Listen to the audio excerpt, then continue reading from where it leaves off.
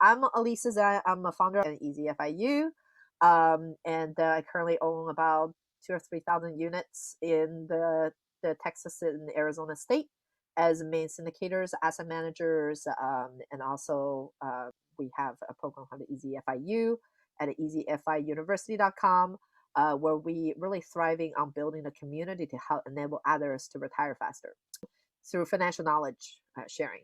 So together today in our panel today, we have some awesome females.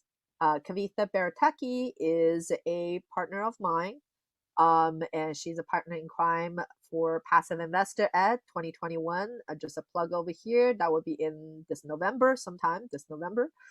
We're having a launching over that. Really, it's a conference created by Passive Investor for passive investors. She's the founder of Cherry Street Investment. She also helps her clients for whole life insurance to structure the right way so you can be your own bank. And she's also a very seasoned syndicator that has, she will tell you how many units that she's a principal on. Also she is venturing into fund management, etc. Hey guys, nice to meet you all. I'm Kavitha Barratake. I started Cherry Street Investments. I have a background in technology. I worked for 20 years in the tech industry. And that's how Elisa and I really bonded, because we kind of had similar backgrounds and we were all kind of getting into real estate, and we went full time right about, I think I went full time into real estate a few months before Elisa did. So we started talking, and I think we really had a lot of synergies in our thinking, and that's how the whole Passive Investor Ed conference was born as well. I'm excited to be here, partly because I have been a passive investor before I was a syndicator. So I have had the opportunity to go through the good, the bad, and the ugly. So I'm excited to share my candid thoughts today with you guys, and hope that it will help you in doing your passive investments slightly better. I also share this thing called due diligence checklist with my investors and say, hey, you guys need to do your own due diligence in passive investments. So I'm happy to share that as well. I started Cherry Street in 2019, and number of doors isn't really important. I think the experience you gain and just the collaborations and the relationships you build in this business is really valuable. Doors come and go, but the relationship stays. So we have Kristen Tejada. Kristen is a somewhat a newbie to passive investment, but we love her to be on the panel because Kristen has made such a 180-degree changes in her life journey in the past 1 year of a time short period. So she's really actively passive investing right now. So she can kind of share the thoughts and process and etc. And also oftentimes when you hear us talking about passive investing, like Deb, Kavitha, me, like we're all investing like a whole bunch of other passive investor deals, but we lost kind of that in between, like getting from the 0 to 1, getting to from the 0 to 10, these type of things. So I think it was super valuable to have Kristen come over here to kind of refresh our mind on what the due diligence list and etc. she goes through. So Kristen, do you want to introduce yourself a little bit more? Yeah, thanks, Lisa. I'm just excited to be here. I'm perfectly happy to play the role of newbie investor.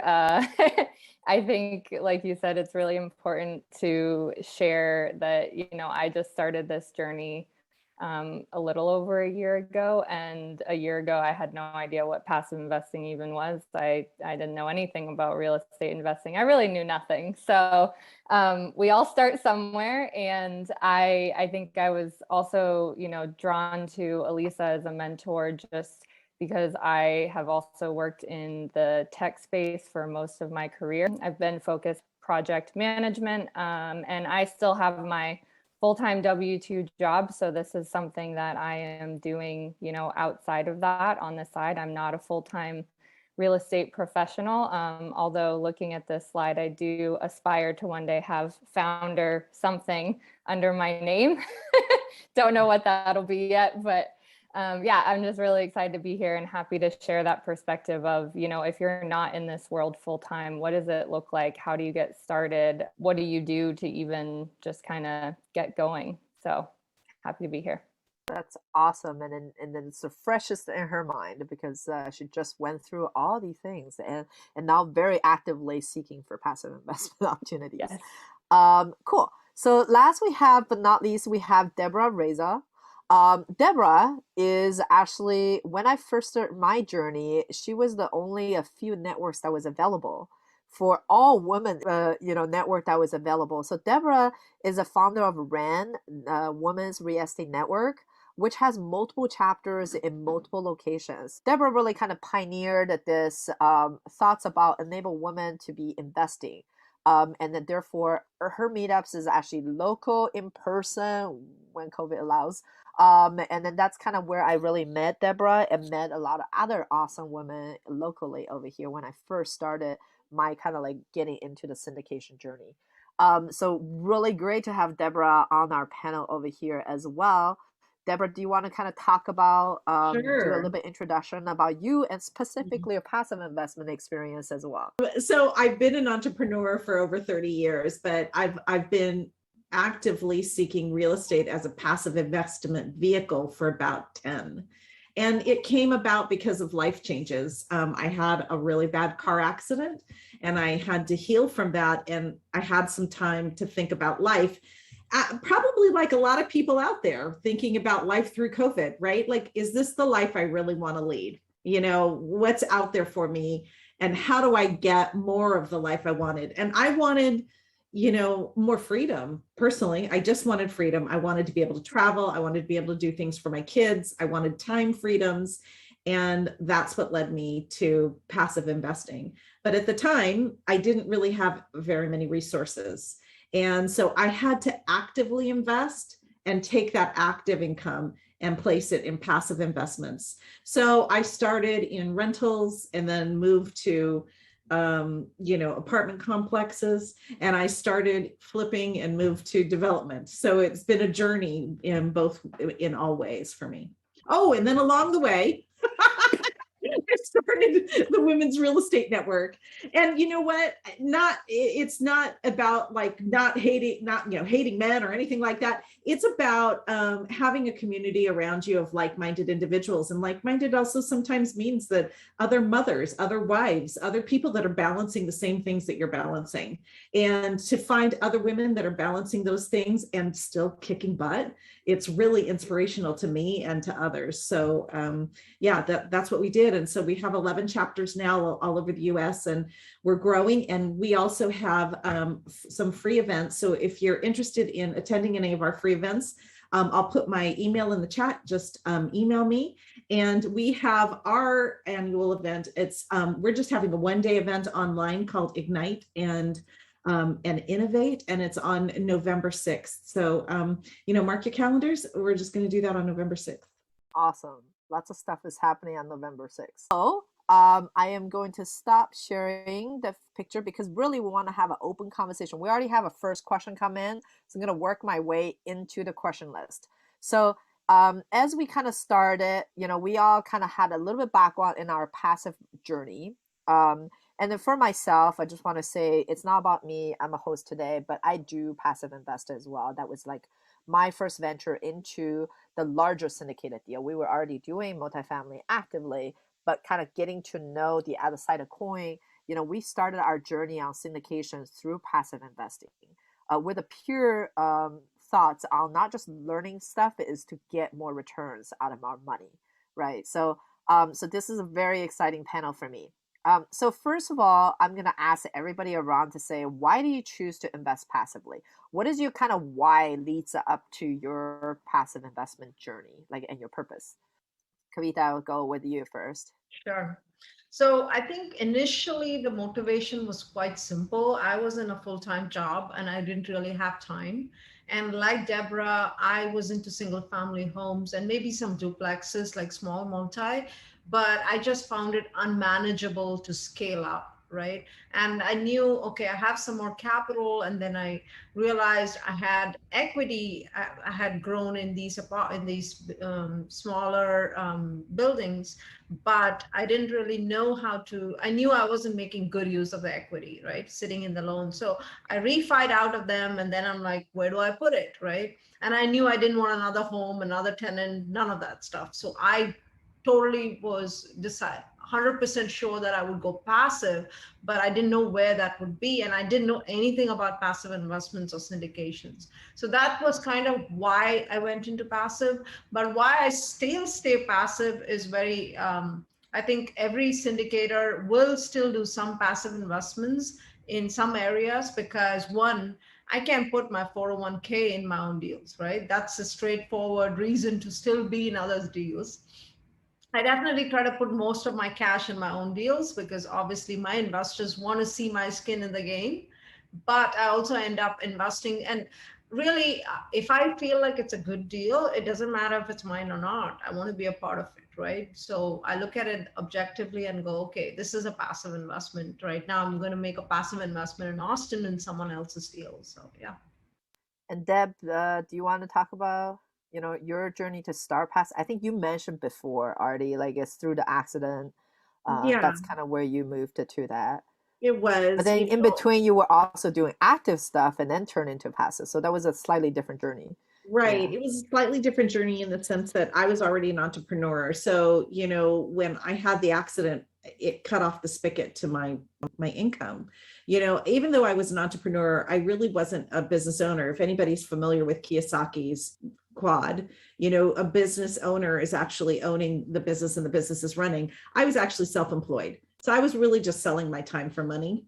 And so when I had my accident, I had nothing to sell because I had no time, because I was just down, I was healing, and I was healing for like a year. So it was a pretty bad accident. And so you can't really do anything. And you just see your savings depleting and you're going into debt. And I know this happens to a lot of people, right? It's whether it's medical or whether it's going through divorce, financially, it can have a negative impact on you. And the impact it had on me was so strong that it was like, I need to change. I need to change my life. No more selling my time for, money. I need that passive income, but I didn't have any money. And so I really had to start from scratch. And I started actively going back to what I was doing, generating income and doing flips, which is super active income, in my opinion. That is not passive at all. And but I would take the capital from the flips and I would save a little for myself, and then I would reinvest as much as I can into passive. And at that time it was single family, but then it grew into doing other people's passive deals because I wanted to learn the syndication side, but I needed to learn it for me. I needed to learn it as an investor first. And then before I became a sponsor, before I started handling other people's money on my own. So that was my journey. Yeah, because you stayed there quite a bit and just staying passive. Deb definitely said, no, I don't know this enough yet. Continue passive and etc. That's awesome. And then is there a portion that you would recommend people to, is there a rule that when you made these active incomes, like how much portion of it did you actually set aside to do passive investment? I didn't set aside a particular portion, but I used the cash flow quadrant. I used, employed. I wasn't employed. Self-employed. I was still kind of self-employed, business owner and investor. So my goal was to get to the right side of the quadrant completely, right? So, I wanted to get out of that left side of quadrant. And I would evaluate every year how much percentage of my income was coming from what quadrant. And then I would try to, move it over, so it was strategic, but it wasn't like what you said. Yeah, I love that, which is reviewing your yearly kind of income to see the bucket where it's in. I think I'm going to learning already. And Chris, yeah. Well, and even now, some of mine is as a business owner, right? Some of my passive income comes in as a business owner. I own my own systems, right? That's my rentals and things like that. And some of it is as investment, right? I invest in other people's deals, like just, like we can't invest our own money, our own, self-directed in our own projects, right? So we're investing in other people's deals and wanting our money to come back with as many friends as possible, right? So yeah, absolutely. Kristen, what about you? Yeah, so I feel like I started a little bit differently than how a lot of people start their real estate journey. Like, I'll take it back to basically, I started from a point of not really knowing it was something I wanted to do until I was introduced to the concept. I joined a membership group that focuses on financial independence and really focuses on what is that concept, mindset, easy FIU. So that's where I got introduced to thinking about what is it that you want out of your life. Forget about investing and forget about all that stuff. What is it that you're trying to get to?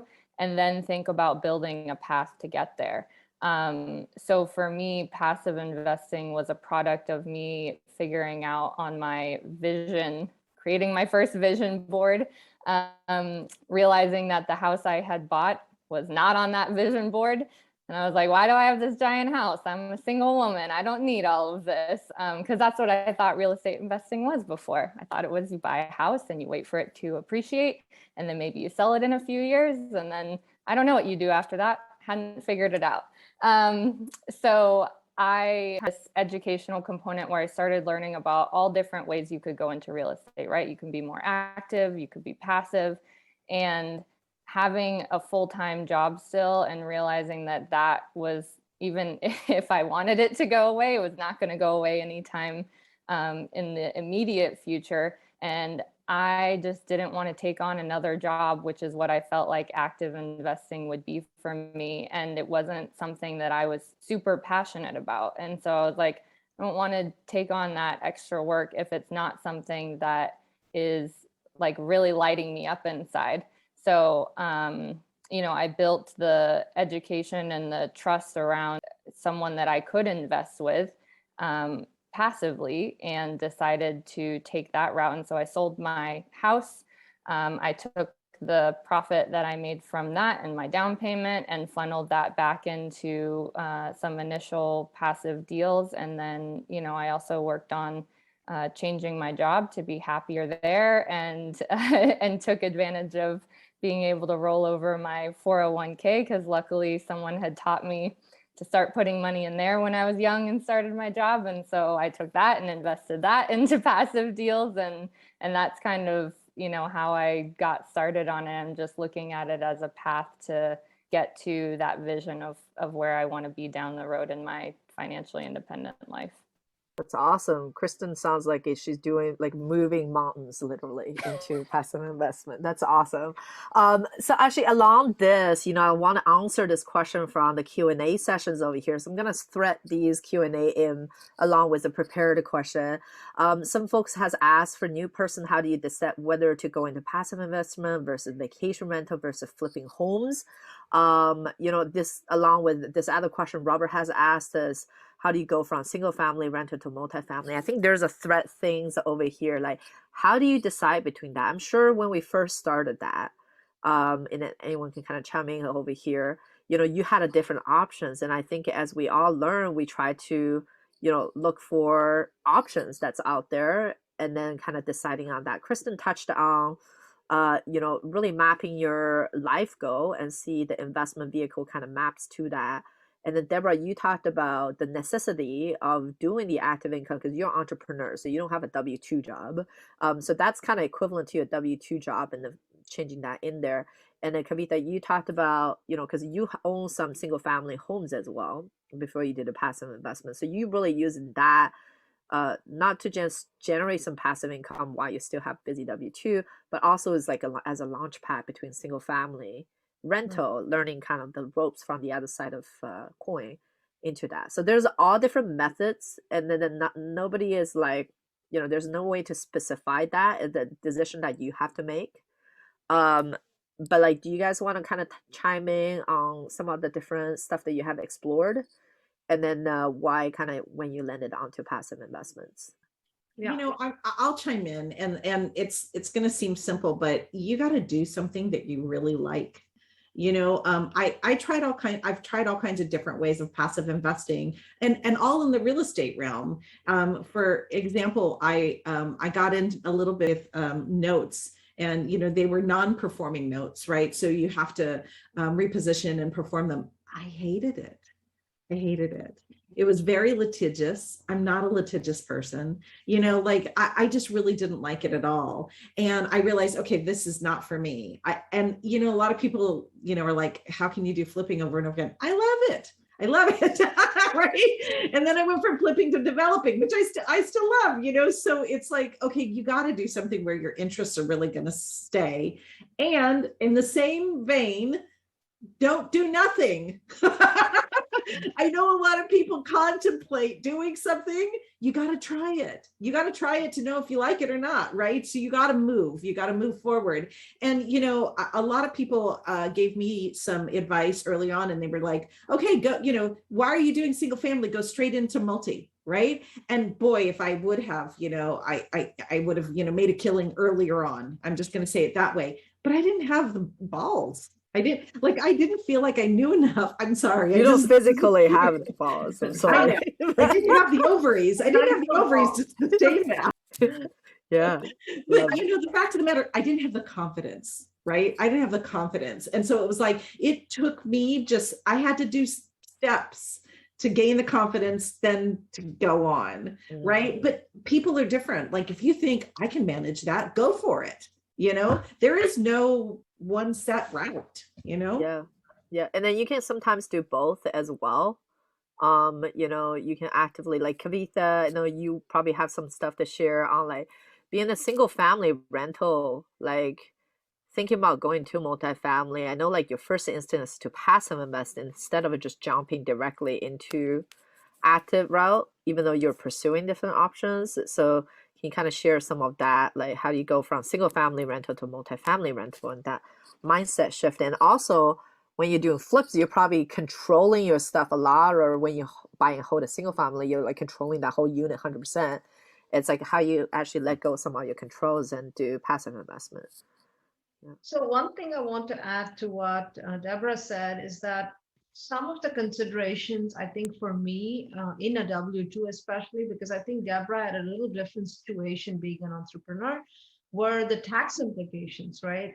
I didn't want to flip because I didn't want to deal with the tax implications. So what I did was I flipped in the sense that I renovated and rehabbed homes, but I rented them out.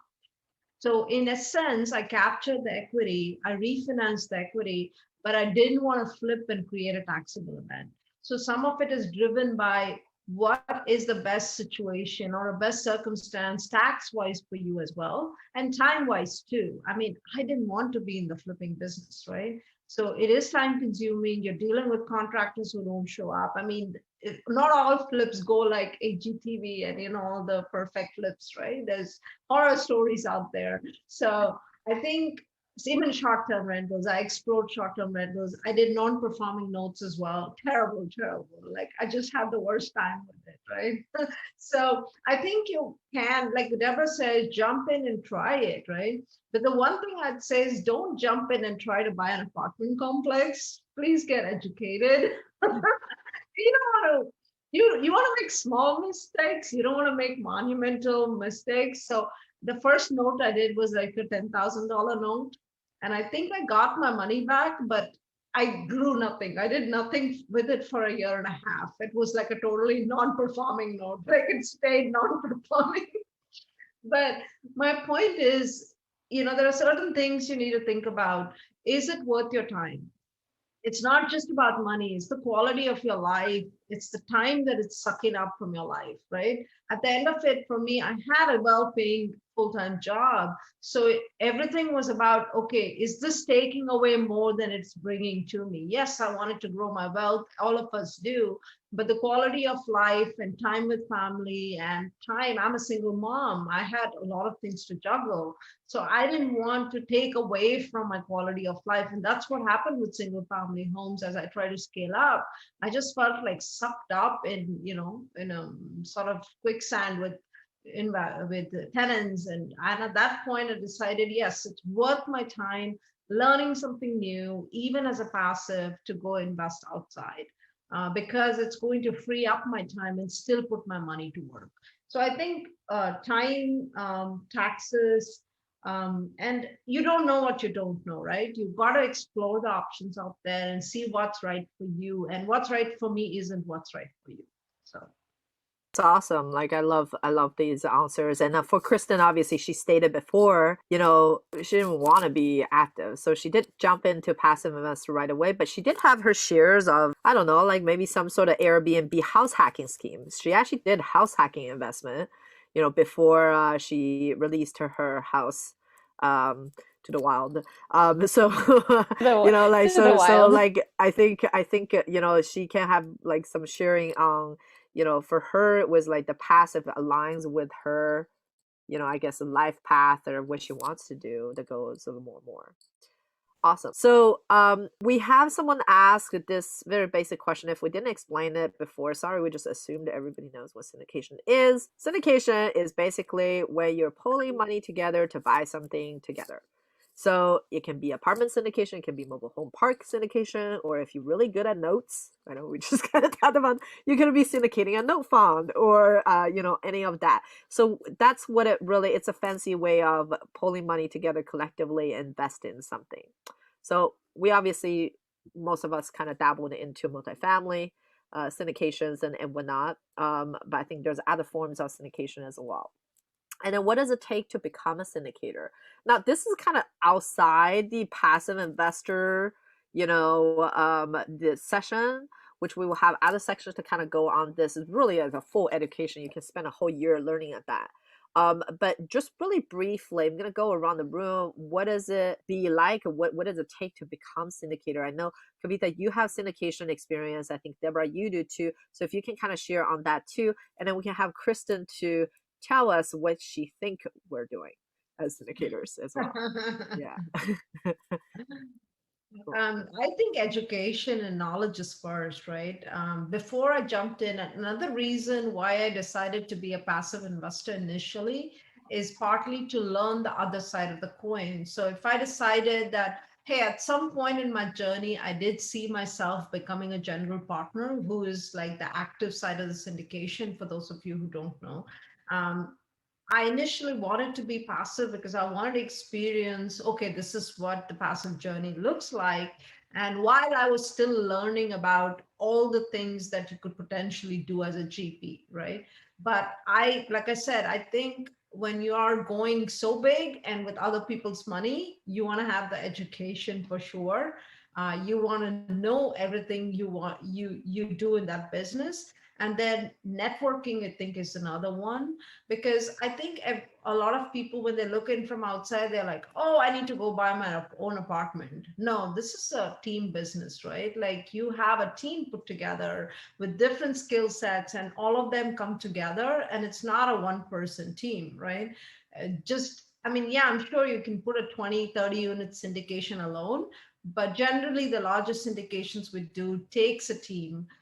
From a net worth, liquidity perspective, and all of the everyday moving parts in the syndication, right? So I always tell my investors, if you're looking at a syndication, educate yourself, network with people, figure out what your strengths are and what your weaknesses are, because I hate talking to brokers. It's not my thing. I don't think I will ever make it in the acquisitions world. I've tried and failed, right? So I realized what my place in a syndication is, and I'm happy. I'm happy talking to investors. I'm happy bringing in all the money you need for a syndication.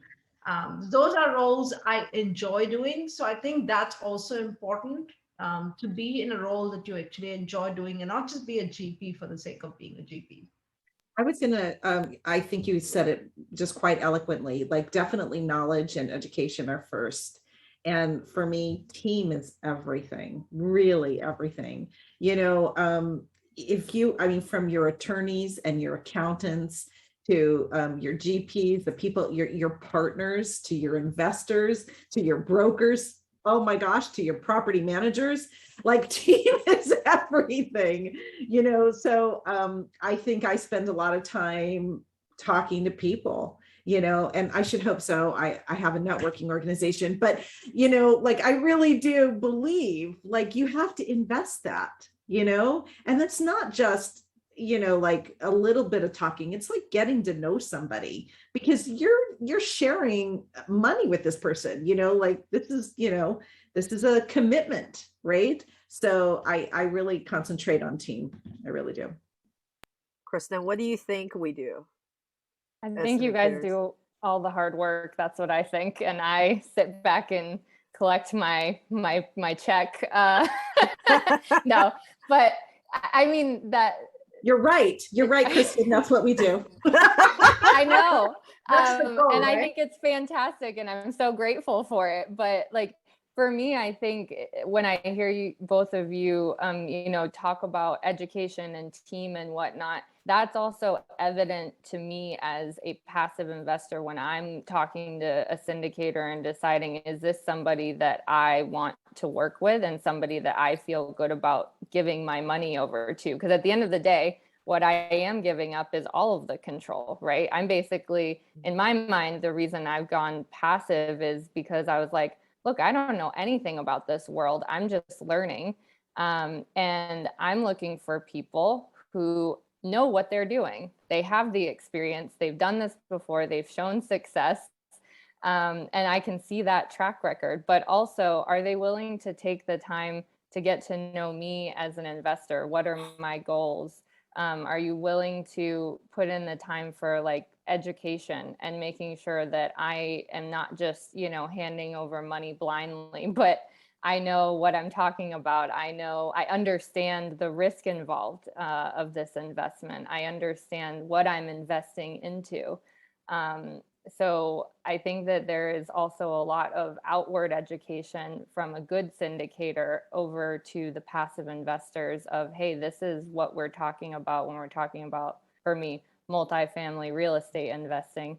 And also, again, on the team, it's like making sure that, yeah, they have a solid team in place. How many times have these people worked together, or is this like a new band of people getting together? And do I want to be the guinea pig that's like, well, hope they work well together? I don't know though.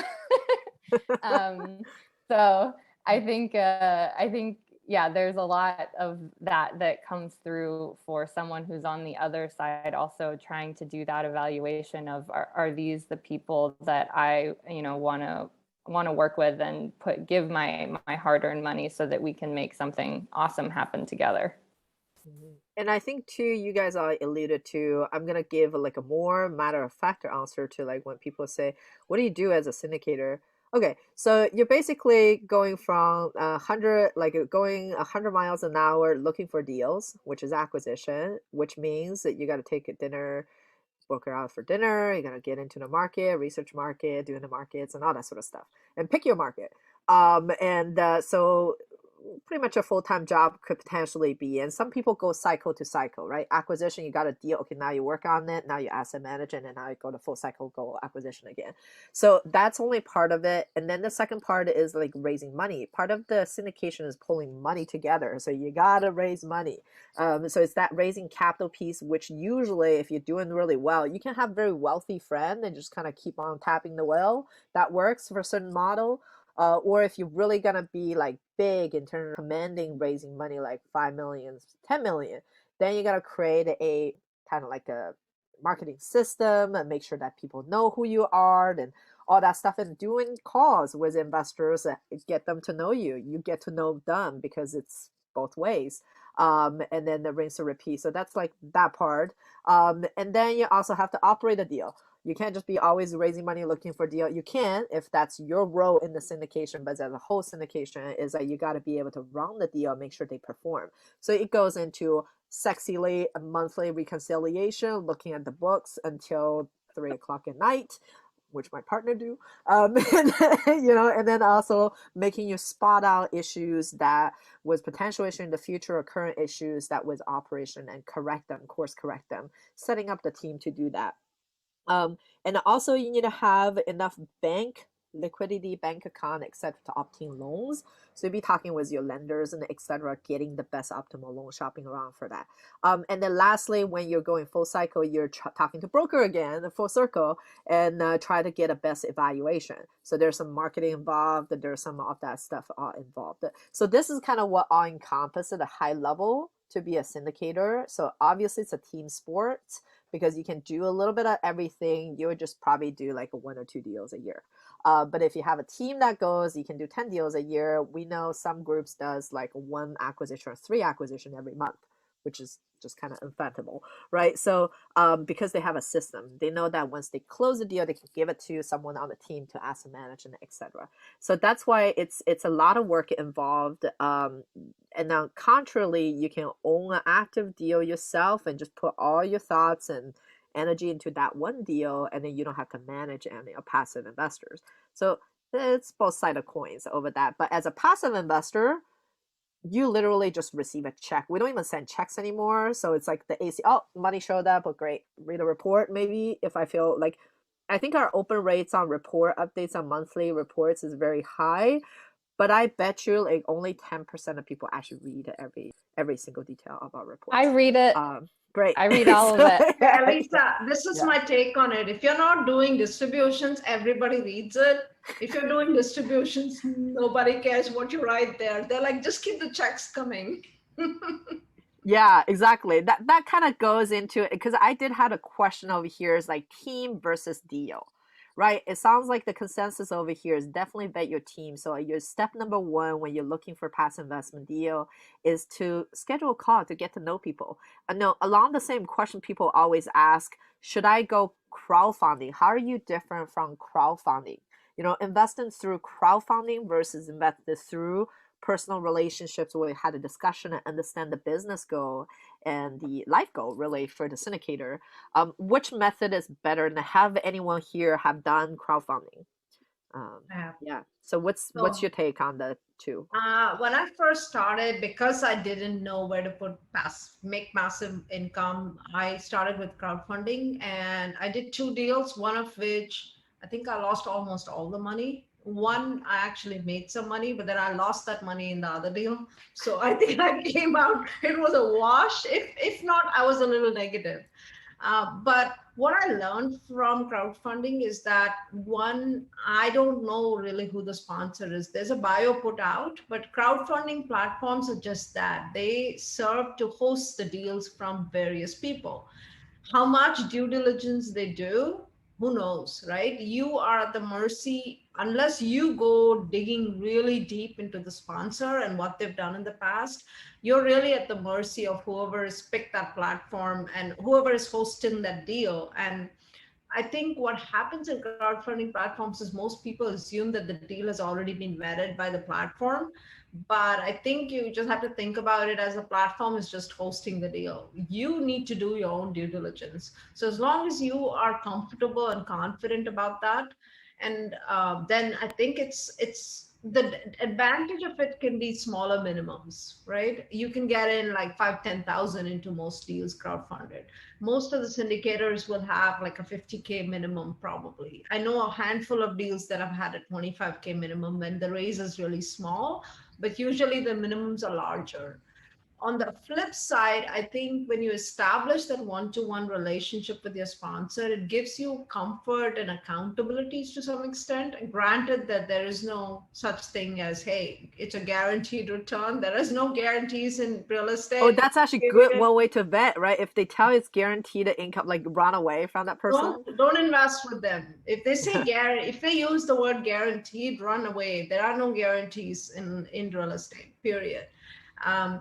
But I think that having that one-to-one connection creates some level of trust and accountability, especially if you've been following the sponsor for a while, right? Like a lot of my investors, they've been watching me for like a year before they invest with me, right? Because they've been following all my webinars. I see their names, right, on the webinars, but it might be a year before they invest.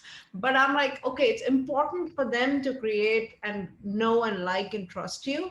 And I think conversely, if I was a passive or I am a passive, I'm looking for the same. I want to invest with someone I know, like, trust. So That's awesome.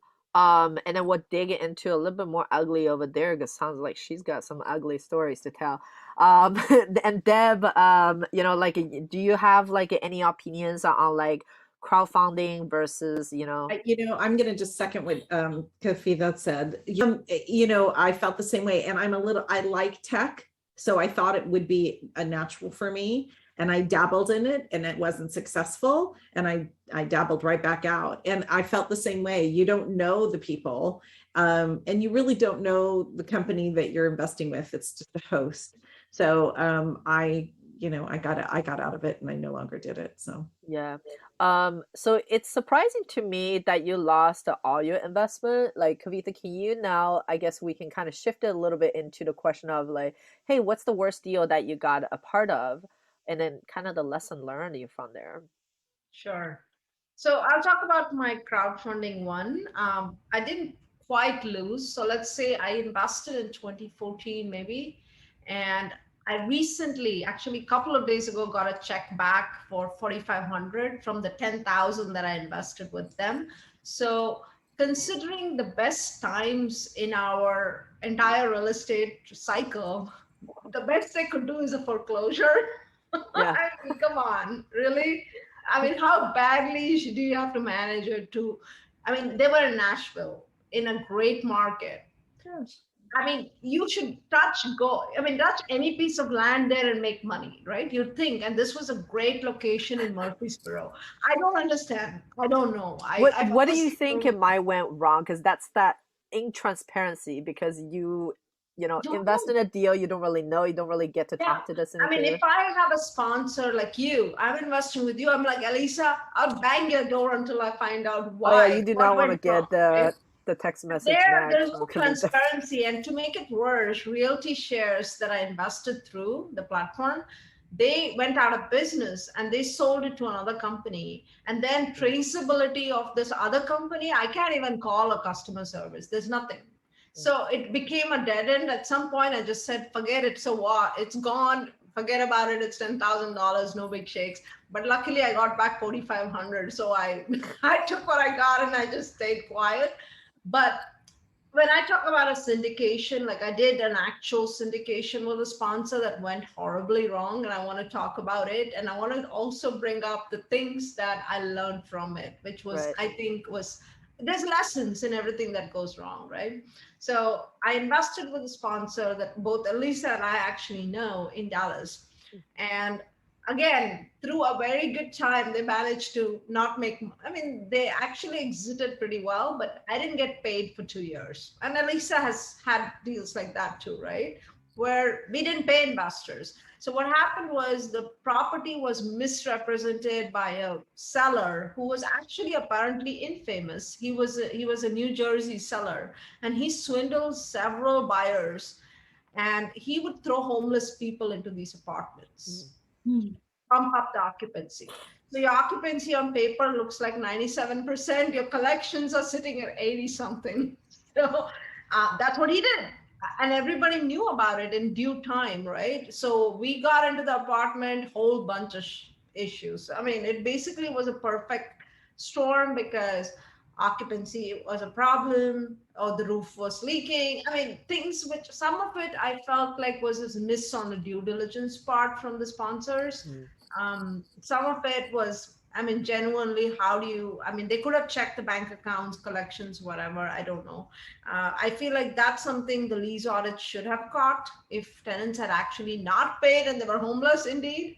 But anyway, I think there was a lesson for the sponsor, and I invested in the deal because I felt obligated. And here's my story, right?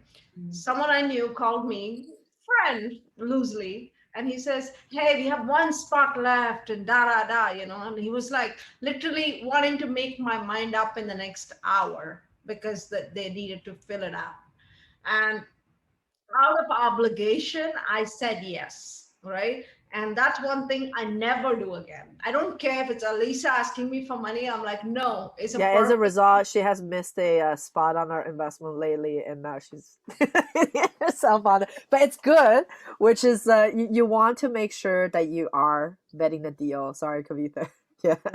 It's fine. Which is- No, but I think I've become really good about saying no to things. That's something I think as a passive, you got to get good at.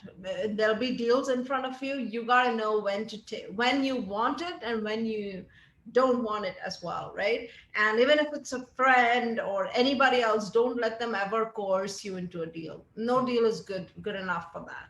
So that was one lesson. The second, anyway, the good part of that story was we still exited with 30% returns in about 2.5 years, which was respectable, all considering that we didn't get paid a dime throughout the entire hold period.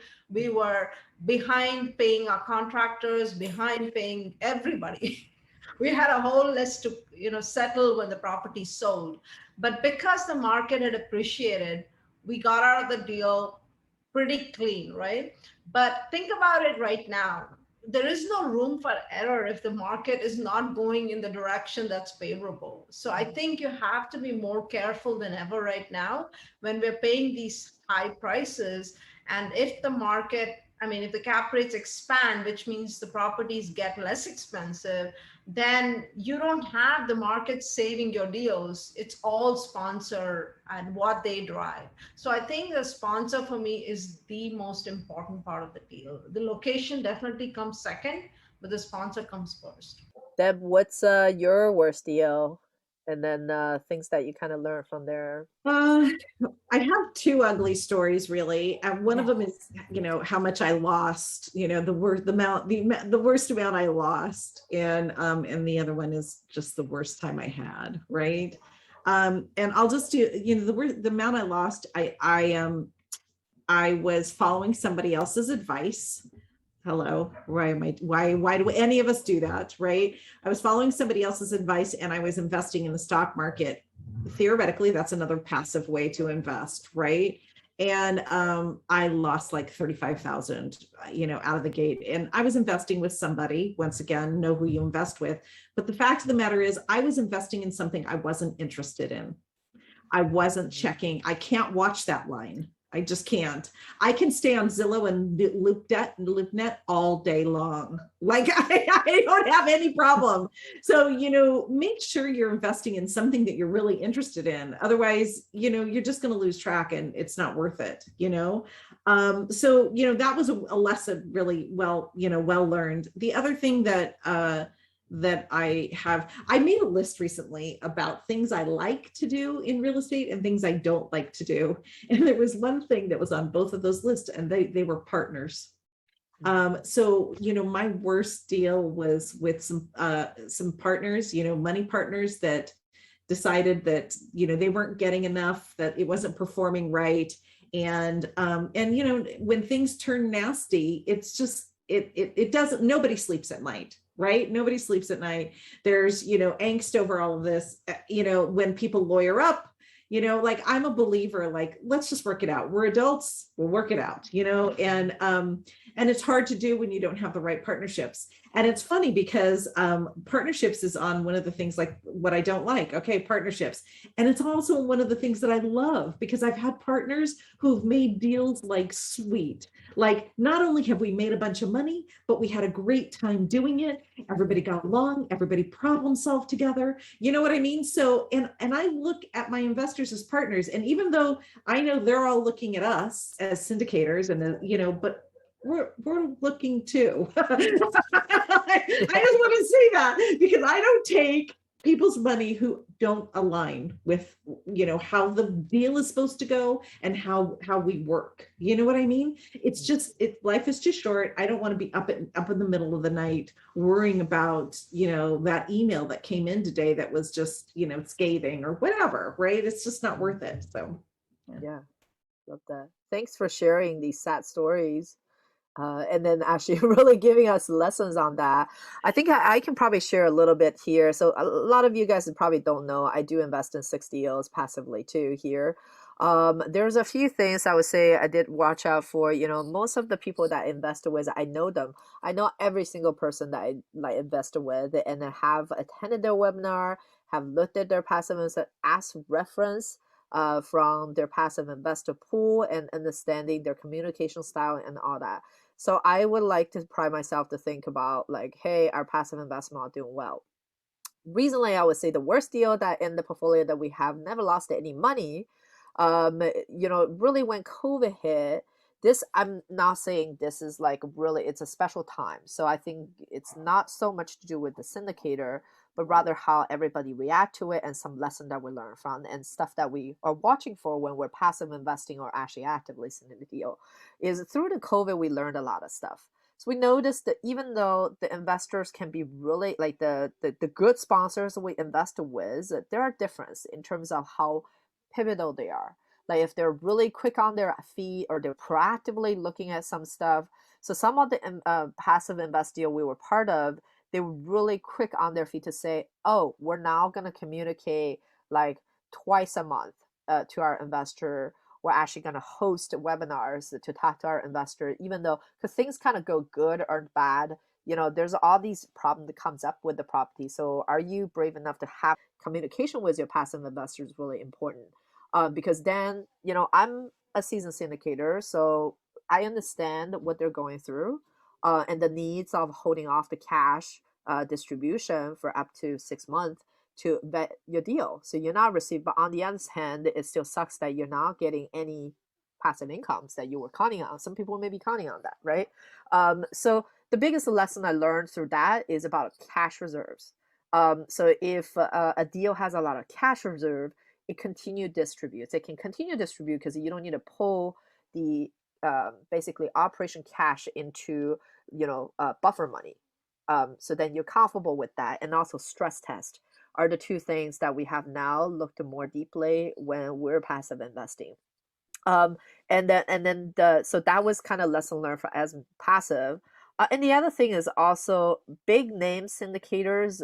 I know we talked about, yes, invested with people, but big name syndicators, even ourselves, I would say like, do evaluate the deal, right? Like if you understand the market a little bit, if you don't understand the market, then you have to take their word for it, but maybe do a little bit double checking.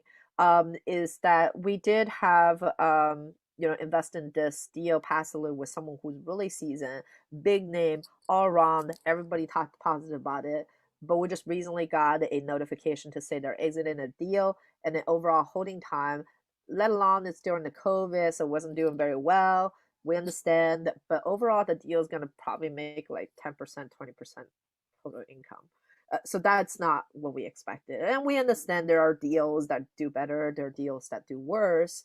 So what some of the lessons that we can learn from there. And then do understand if you passively invested more than 10 deals, you're likely going to have one or two that doesn't do well. And the key is to be able to spread it out so that you're actually diversify your risks. Even the best syndicators, like in our case, could have that. And the detriment to that was because of partnership ending. So there was a need, urgency, even though the market is not urgent to exit, but they have a need to urgently exit that partnerships. So that's kind of all the stuff that you learn when you really need to know like who's actually running the deal as asset management. If it's two people, then you want to kind of see their relationships again, like Kristen mentioned before, is like how long they've been working together. Cool. So worst deal, Kristen, I don't know if you want to kind of share your worst experience or deals that you walked away from. I mean, I'll just be transparent with everyone that I am not really probably in the place where I have the option to walk away from things, because I'm more in the place where I'm just trying to save up enough money to be able to invest in the next thing and be ready when something comes along. So if I've passed anything up, it's because I've been like, you know what, I don't have the money yet to do this. But what I will say is there are probably a couple of deals I could have scraped up the money to do, but I had to make a decision of like, you know what, I'm not going to dip into my emergency fund. That's going to stay where it is. I'm not going to touch this other money because maybe I had a different plan for it. And so I do think like having a really clear view of your financials is important, and understanding like it can be really tempting to just be like, I'm going to dump every last dime into an investment because I want that money to work for me, right? I don't want it to just sit there.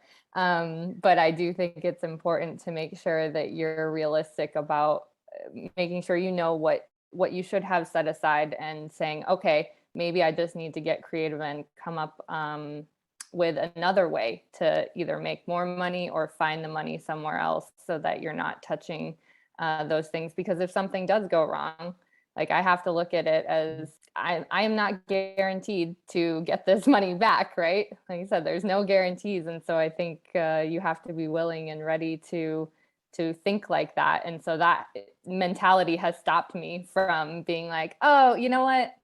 I'll just dip into that money and put it all in and go for it. That's key, because I mean, just like cash reserves on the deal, there's cash reserve to your personal life. You can dial it. I mean, Kristen dials it pretty up when it comes to investment, but much larger proportion. But there's still some sort of line in the sand. You should make sure that you have enough cushions over there. Now, interestingly, someone else had a follow-up question, was what can the passive investor do if the sponsor went different ways? Really, I mean, that's the part of losing control part, is that once you invested, you're kind of letting your sponsor kind of run the way they are. This including, I think it's very important to make sure that sponsor has integrity. So even if a partnership was kind of going sideways, if you sense that they're more investor first, like I would have expected, because being in that position before, I would have expected, there's people who worry about their piece of pie and then how big that is. And then oftentimes that's where the conflict started with the partnerships. Other than maybe larger pictures, they don't agree with the direction they should go. So you want to kind of understand in these scenarios when they happen, that should be one of your questions, what will happen, right? So if your sponsor has integrity, one of them, they would have picked up the baton and just run, even if the other person was doing nothing. I mean, that's when you marry that partner, this is the responsibility you have to take on, just like when you marry regular marriage, right? Like if, you kind of decide to have a kid and the other person decide not to do anything about it, then you have to take care of the kid, right? So it's kind of what it is. Or it can go like, oh, the partnership didn't work out. That partnership's more important. They kind of more focus on their own intention, like their own gain. Then when the partnership goes wrong, it's unlikely the two sponsors, either one of them will be picking up the baton, in which case you will get a quick sale scenario, right? So that's something. It's hard to vet. Obviously, I didn't vet it. I'm a seasoned sponsor. I didn't vet it. Like, I didn't understand these two people would actually part their ways, because people's personal life grow. And then at some point you can kind of see that. I think what you're hitting on is just so pertinent, because when I'm in a partnership, we often, whether there's conflict or anything, or you think we should do this way, I think, and then we always ask the question, what's the best thing to do for the project? Like, like we need to make sure that we're working in unison to make this project get over the line, Yeah. And I think that when you have a syndicator that's willing to do that, and I know you are, it's like you're working for the best interest of the project as a whole, which is not necessarily your own interest, but the interest of the project and the interest of the investors and the interest of getting it, done. And I think there are partnerships, there are syndicators that are, might not be looking at it that way. Yeah. And it's long-term relationship, right? Like I think most of us kind of emphasis on long-term relationships too, because that long-term relationship, it should be when you vet your sponsors, that should be a question that you ask, and you should see how many investor out there has repeatedly invested with them too, because that's an indication of long-term investment. Because like Kavitha said, she was pressured into a deal. It's probably because she had trusted the person who pressured her. There's a long-term relationship there already. Obviously the backfired over there, but in general, like if I have a long-term relationship with someone else, it's personally really hard to walk away from the investors, knowing that, I think Kenny Mockery said the best, it takes 1 second to ruin that trust. It may take 10 years to build it. It would take 1 second to ruin that trust. So how important is that to the syndicator? I think that's a question that you need to fill it out when you have the interview with them. So definitely have interviews with your syndication versus syndicator versus the other. Yeah, the one more thing I want to touch upon here, Lisa, I think we kind of underestimate this, and that's something I've had to learn about myself as a syndicator as well as a passive investor, is that rely on my gut a little bit. Yes, I'm listening, I'm hearing things. I want to hear everything sounds great. The numbers are just one of the things that you should not be led by, because some people will promise 150%. I've seen these 120% returns, whatever, right? A good sponsor will not overpromise and underdeliver. They will underpromise and overdeliver, right? And I think at the end of the day, you want to not be swayed by numbers, because numbers are just that. They can be made to whatever. I can give you an underwriting and I can change one number in it and make it look really good. But I think what's important at the end of the day is a gut feel. Like, I've walked away from deals, both as a sponsor as well as a passive, where I just had a gut feeling about it. And I've come to rely more and more on that gut feel, intuition, whatever. You can look at all the data in the world, all the pieces of information you have, but there's some feeling inside you when you really want something or you don't want something. And I've gotten really good about listening to my gut. Well, and it's listening to it and acting on it too, right? Like, oh, but it looks so good. No, your gut's saying no, pass. Yeah. The deal before COVID happened. It happened to be a hotel deal. Didn't know COVID was going to happen anyway, but I just had the worst gut feel about it, right? Like, I kept working with these people and everything in my gut was screaming, no, no, no. And finally sent them a note saying, hey, I don't want to work on this. Thank you for the opportunity, but here are all my reasons why. And this was January 2020. I had spent 4 months on it, right? So I felt kind of weird walking away from it. I had put my own money into it as well, not as a investment, but just as a as a startup money to pay for some things. But then after COVID happened, I was like, holy shit. You can edit that part out, but nice call, right? So yeah, I think gut feel is really important for me in this business, especially. Yeah. The only thing I'd say to that is what Kavitha you're talking about too is different than that hesitation you might feel when you're about to do your first deal as a passive investor. And I will just say I had 1,000% confidence, 1,000% understood what I was getting into, and I still was nervous wiring over that first bit of money because it was like, I have never done this before. I think I've done everything right. I think I've done all my research. I know this person. I'm going to do it.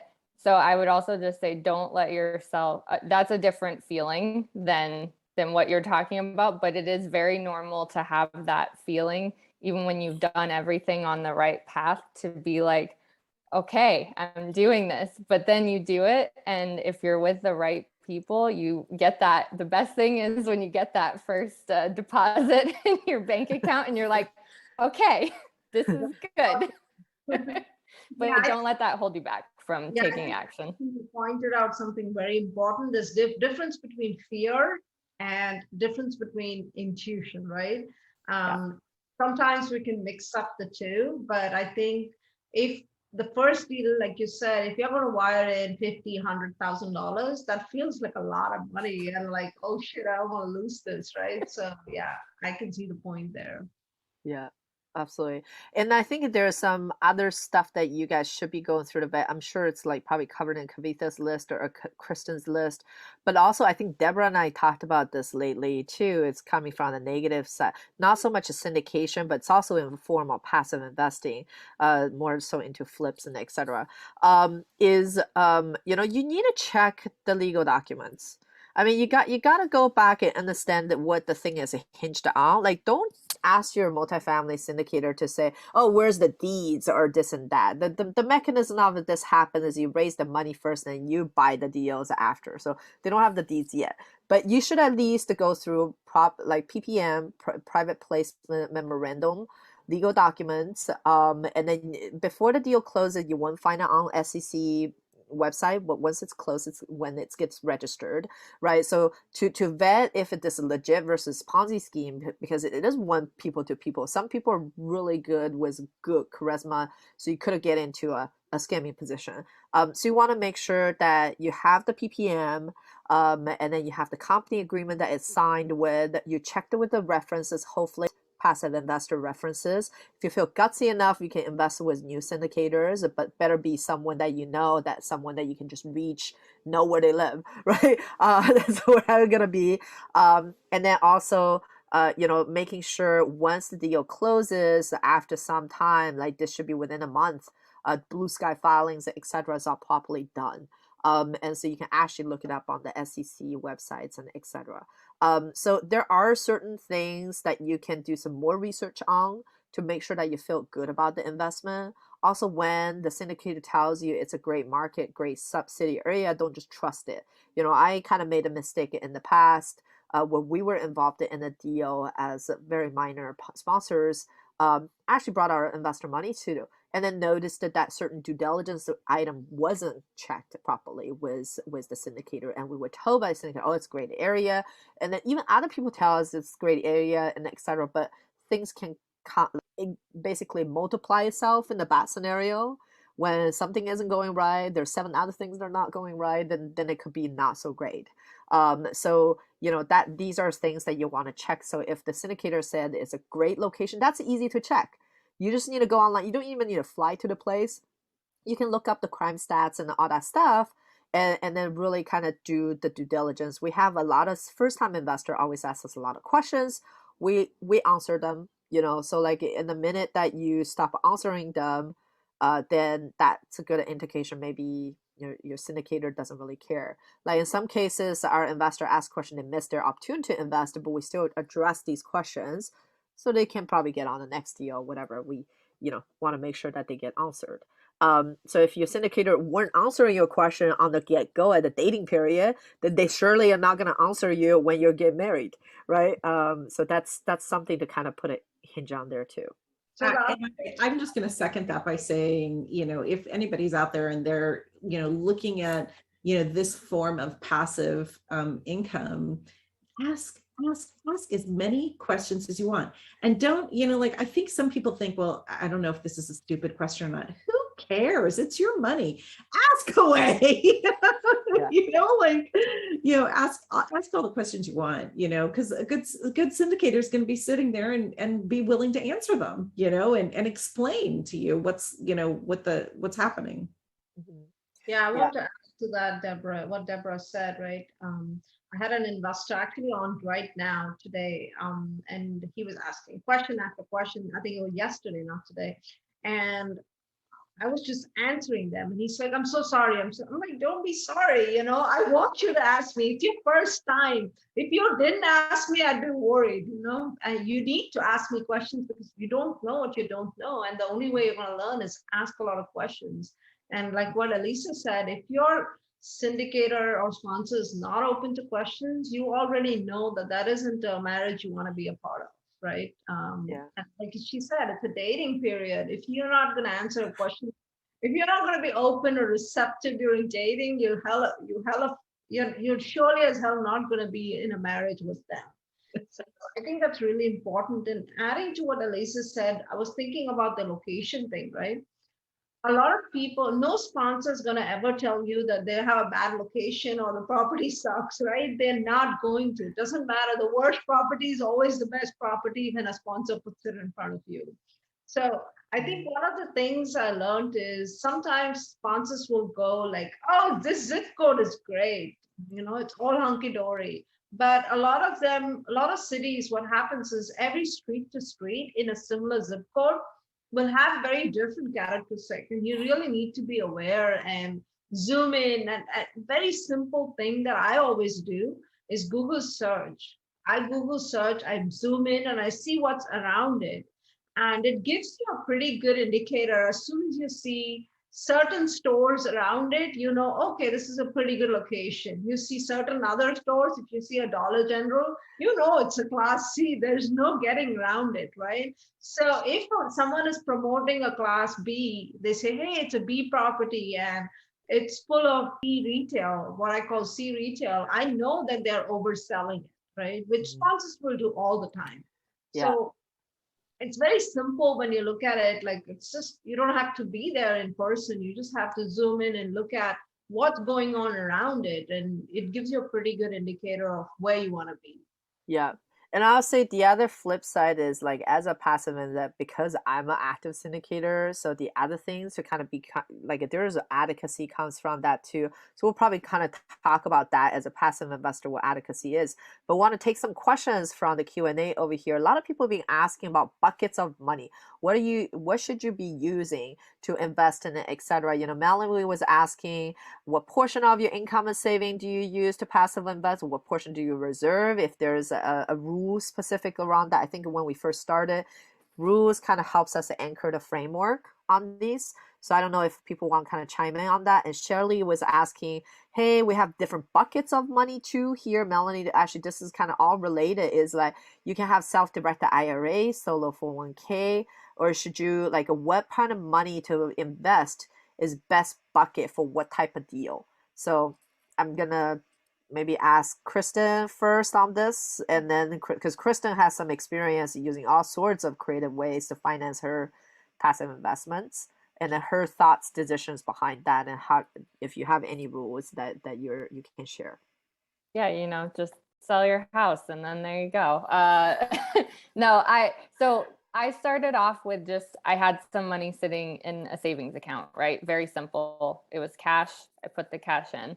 Then I learned about whole life insurance, and that's a whole nother, you know, episode. I'm sure Kavitha has like 7 episodes on that. You could go to her channel and listen all about it. Anyways, basically a vehicle that I took some of the cash I had, put it in that vehicle so it would be getting some interest, and then you can kind of pull money out of there. It acts just like cash. You get a loan is what it's called, but it goes back into your bank account and then you use that to invest. So you can go that path too. And then I think I mentioned this earlier in the call, but when I changed jobs earlier this year, I took the opportunity to, I had been learning about what a self-directed IRA was. I had a 401k through my prior employer. And I finally got to the point where I was like, okay, I think it makes sense for me to take that money from the 401k, roll it over, because when I changed jobs, I had the opportunity to do that.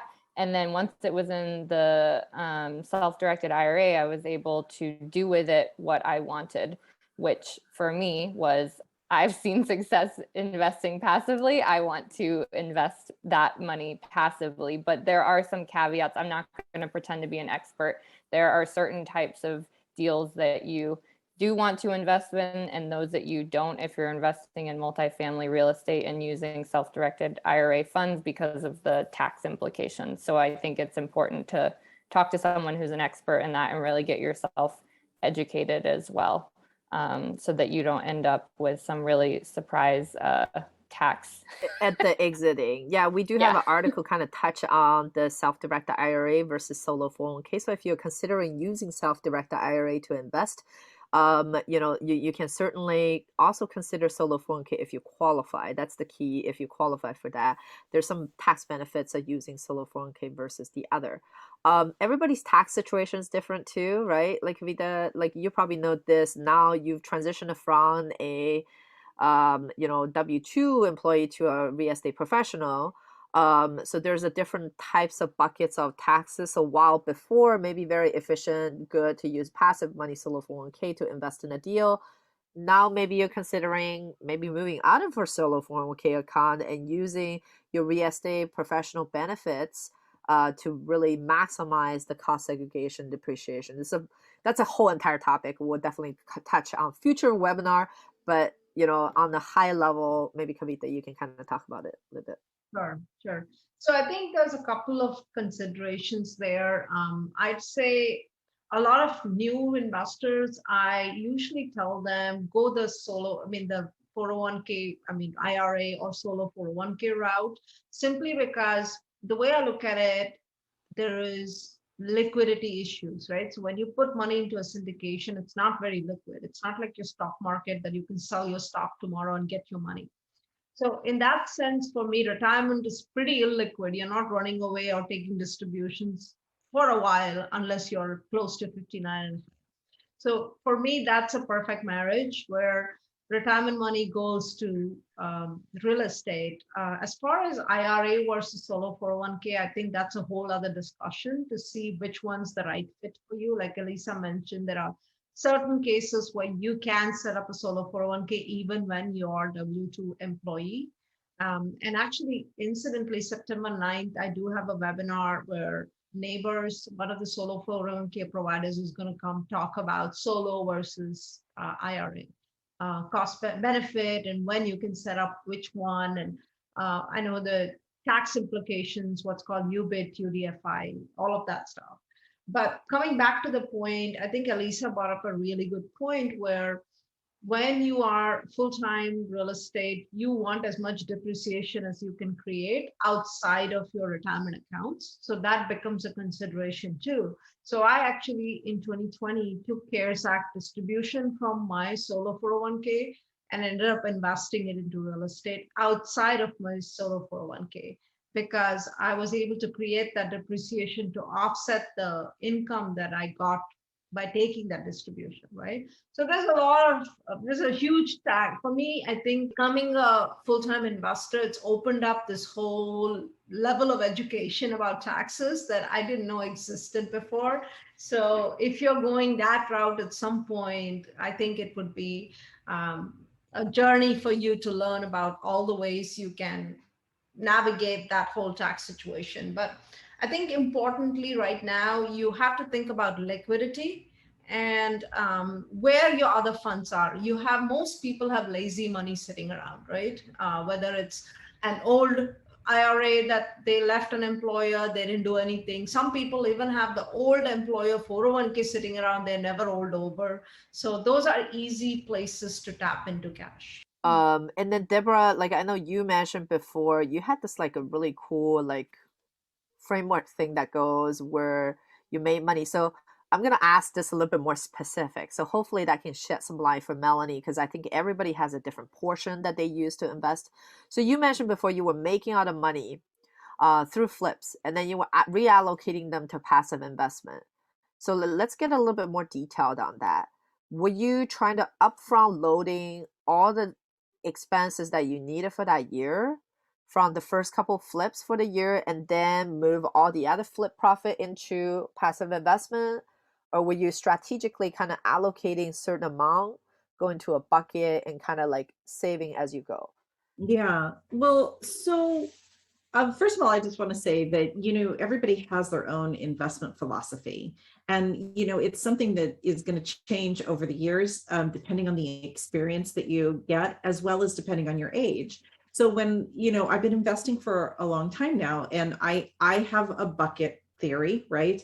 So I have 3 buckets. I have a security bucket, which is it's low risk. I call it my sleep at night money. And I have a medium bucket, which is like kind of a medium risk. And then I have a high bucket that's a higher risk. And when I was first starting out in real estate, like I told you, I didn't have much and I needed to gain fast. So my allocations weren't even. Like I had a lot more in the high risk bucket, which is the flipping, right? Like flipping is high risk, man. like, like you're carrying a lot of debt. And you're hoping for a payoff at the end, right? And then I would take some of that and I would invest it in other buckets. And I always had something in my security bucket to keep myself able to sleep at night, right? So, and those amounts vary according to what your feeling is. Now, flipping is not high risk anymore for me. Flipping is medium risk. I've been doing it long enough that it changed buckets. Now I don't have as much in my high risk because I'm getting older. So now I've got a lot more, my medium risk bucket's a lot heavier, right? So it's going to change over time according to what you need, but definitely, like figure out what it is you want to spend. And the vehicles that you guys all mentioned, the insurance vehicles, the self-directed vehicles are all vehicles that I utilize, but I dedicate those in certain buckets.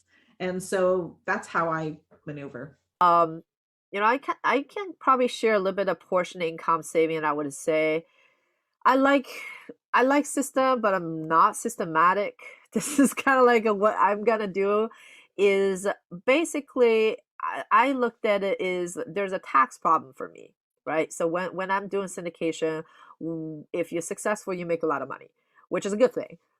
Because it also means you're making a lot of money for your investors. Hopefully that's kind of how it flows.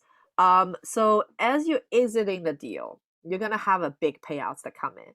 So you need to kind of communicate very well, have your syndicator communicate very well. Where are they expected this to exit? So for example, deals that we do, we're very mindful about exiting the deal at the end of the year. We're looking for new deals, knowing that this deal is going to exit in two months, to plan for making sure the investor can do that in that same year. So same with me, like, so I look at the tax stuff is kind of my bucket. So the way that I do is I want to make sure I was like, okay, we need this amount to just flow the family of fours for the year. So whatever that we make first, this is going to be the bucket that kind of gets safe for the whole year. And then what I do is that anything subsequently comes in from exiting a deal or getting into a deal and etc., then that kind of goes into investment. Hopefully the deal itself that we're actively running for, or passively into other people's deal, whatever amounts enough to offset the tax, because my goal is paying zero tax. So so that kind of offset that. It does takes a little bit more complicated estimate on this, because whatever I don't use, I don't really need to hoard the cash for this. And then also there are certain reserves that you're saving. So like whether 3 months reserve, 6 months reserve, whatever that is, the comfortability, you want to make sure that bucket gets paid first. And then anything excess is money that you can lose, is money that you can invest. So that's kind of the philosophy how I do the bucketizing. And then whatever amount that make, and now I'm trying to come up with a scheme is like for each deal, if I make this amount, then there's this portion that needs to be like, and ideally it's like 20% or 30% that needs to be reinvested. Because again, it's a magic number of tax bracket. If I'm paying 30% tax, then I'm going to move this amount out of the cycle, because I'm just going to sitting on the money and not doing anything with it. So that's kind of my philosophy, and then some of the rules, formulations that I came up with. And then anything passive invested, if it's a 401k account, then that should just get reinvested 100%, because I'm not doing anything with it. And actually the other thing I want to mention is, this is another epiphany I had, is going through the formulas of IRR, is what I realized, if you're using your retirement money, or money that you don't not going to touch for a very long period, then you don't actually want a lot of cash flow. You actually want the money to go back right away and then maximize that yield. So I may use my 401k account or retirement account to invest in development deals, or deals that has lower cash flow but higher equity accelerator, because whatever cash flow I receive back, what am I going to do with it in the retirement account? Is the only thing is you can potentially combo it with investing in index funds. So as cash flow comes in every month, you can kind of put that into the index fund. So at the end, when you're enough chunk, then you want to snowball that, because you're not going to see that money for a very long time. So you really worry about wealth building, equity building in that, versus cash. If you're going to live on it, then the investment amount, like total return, may be lower, but I may invest it into a safer portion where it's more focused on cash flow, like a class A or fixed rate income, that type of stuff. So that's kind of how I would bucketize all this stuff. Sorry, Kavitha, I know you have something to add. I agree with you 100% on that, because that's how I've started thinking about it nowadays, is that if I'm looking at multifamily with 13, 14 IRR, whatever that normal value add multifamily, then I'm looking at development projects which are 20 plus IRR. I'm like, I don't need cash flow in a retirement account. That's going to development projects, right? Which makes sense. I don't really care about what comes back in, but I want to see that equity build up. So 100% with you on that. We have another attendee asking about invest minimal in deals, or should you decide how much to invest? So we kind of touched a little bit on that, but when you first start investing, my advice is always invest a minimal. That allows you to diversify. I don't know if the panelists agree with, I still do. Even if I have the money, I want to invest more than the minimum. She would try to see if she can invest less than the minimal, which is possible, Yeah. Right. Like, I just think I want to do more deals, right? Like I want to diversify. I want to spread my risk. and returns as well, right? I want to maximize it. So passively, for sure, I invest the least amount possible. Kristen, what's your take on that? I mean, I have invested more than the minimum on a couple of deals, but I I think that it really depends on what your financial situation is too, and what you feel comfortable with. I mean, I agree 100% with Kavitha. Like, you, especially when you're first starting out, like, it's important to diversify. So the first few deals, it was definitely the minimum for me. And then there were a couple that I just, because I was using my retirement account, I decided to put some bigger chunks in and split my retirement account between two deals, but do, you know, larger chunks in those two deals, which because I trusted, again, it all kind of, to me, comes back full circle, because I was putting it in with people that I trusted and deals that I had vetted and felt comfortable with. And so I said, you know, this is what I'm going to do right now, because I also wasn't sure when the next deals were going to come up, and I wanted to put that money to work ASAP. So Yeah, and then if you have tax situations like me, then you may not invest a minimal. You may want to spread it. You want to maybe estimate how many trusted syndicator that you have, and how many deal you're going to see them having for the rest of the year. Averagely, most active syndicator usually do about 4 to 6 deals a year, you know, and there are some that are super producers that does like 12 deals a year. But you know, that just kind of like, it's not as predictable. So, you know, I'm kind of planning that out as well. Cool. I think these are all the questions we have. The last question I have is a little more advanced. Well, actually, kind of interesting. So we'll wrap it up. What are some of the new investment, passive investment products that you see, or deal structures that catches your eyes now? I'll go here. Couple of things I have done recently, which investors found interesting. Not your typical syndication deal. So a couple of my investors wanted to own places in Austin, right? Austin's a hot market, everybody. So we structured a deal where they would get in, let's say with 100K, 125K initially. And at the end of 3 years, it was a new build project, at the end of 3 years, they would get an opportunity to actually buy a unit. So that was a different kind of project, not your typical syndication. Yes, it's not truly passive at the end of the deal, but the IRR was really high. They had an opportunity to sell at the end of the deal because they had already built up equity, because we started with the land, with raw land. So there is land development, which improves their equity. There is actual building, which improves their equity. So there was a lot of value add. And for them to be able to lock in a price at the beginning right now and save their money, like inflation wise, you know, what's a home price now might not be the home price in 3 years, not the way inflation is going. So I thought that was an interesting project, and investors found it quite interesting. So that's one.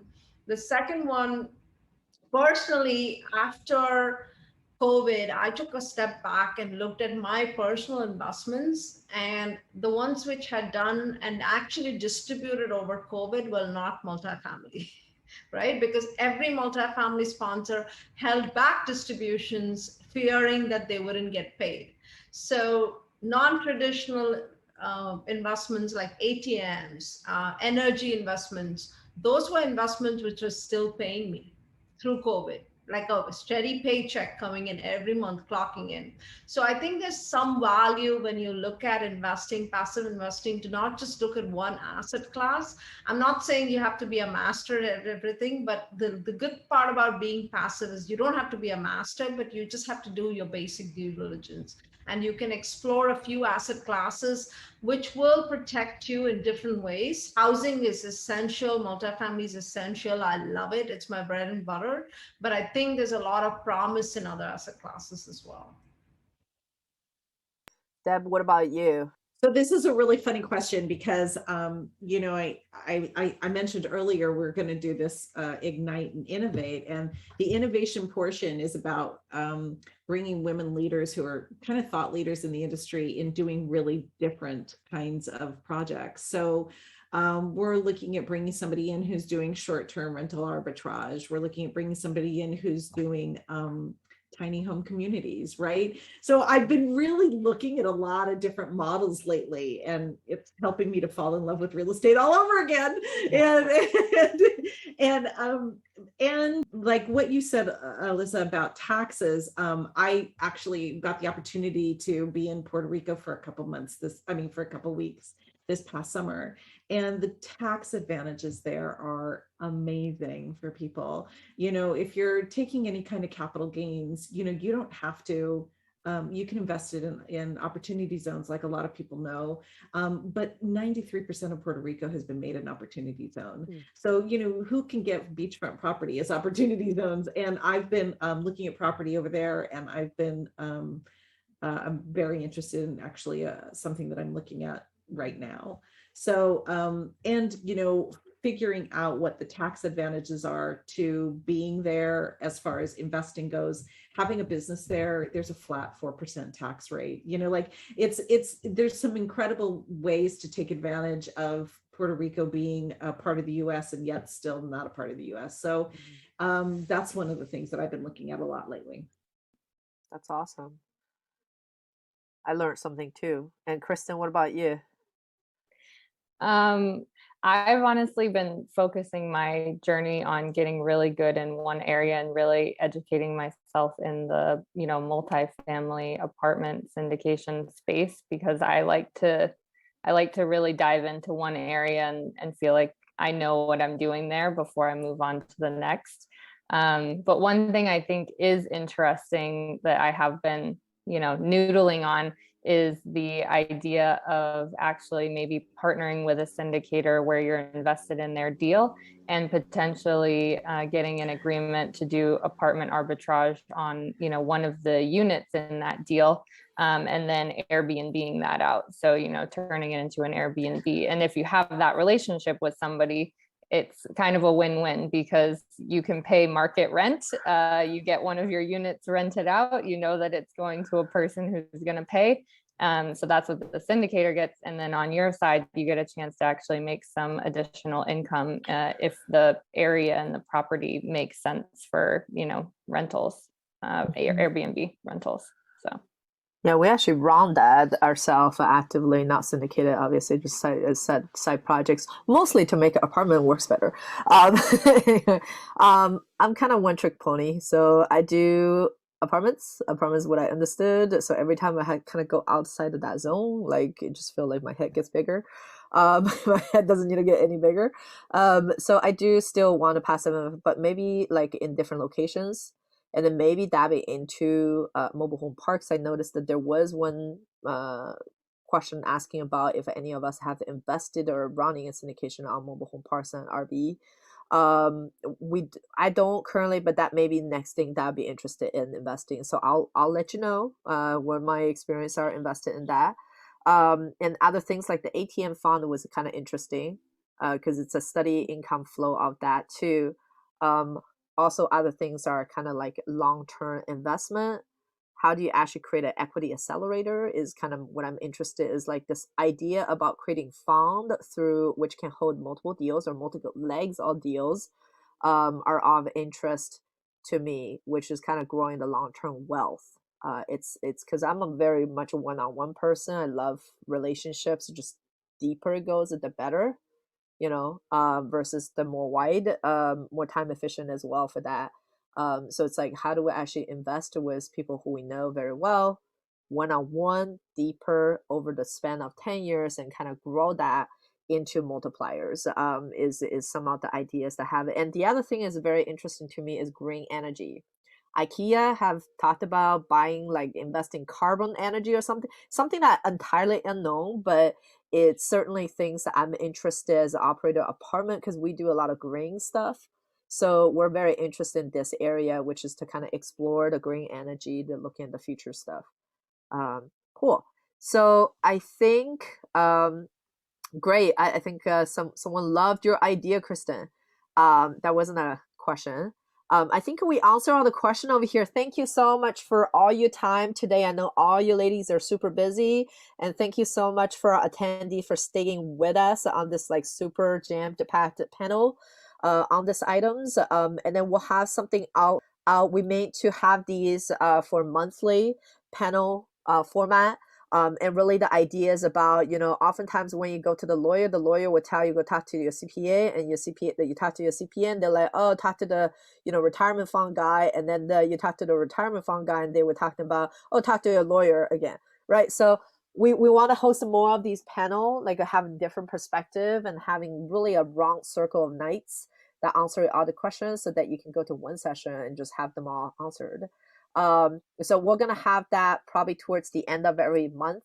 So keep a notice on that, and the session is recorded, so we'll be sharing that. And also, ladies, if you can send me the links that you mentioned before, I know you put it in the chat before, but give me the links that you have. Send me an email on these, and we'll make sure we get that shared out to our attendee, and also recording to our attendees today. Cool. Thank you so much for your time. Thank you so Thank much. you. Good night, all. Talk to you soon. Bye.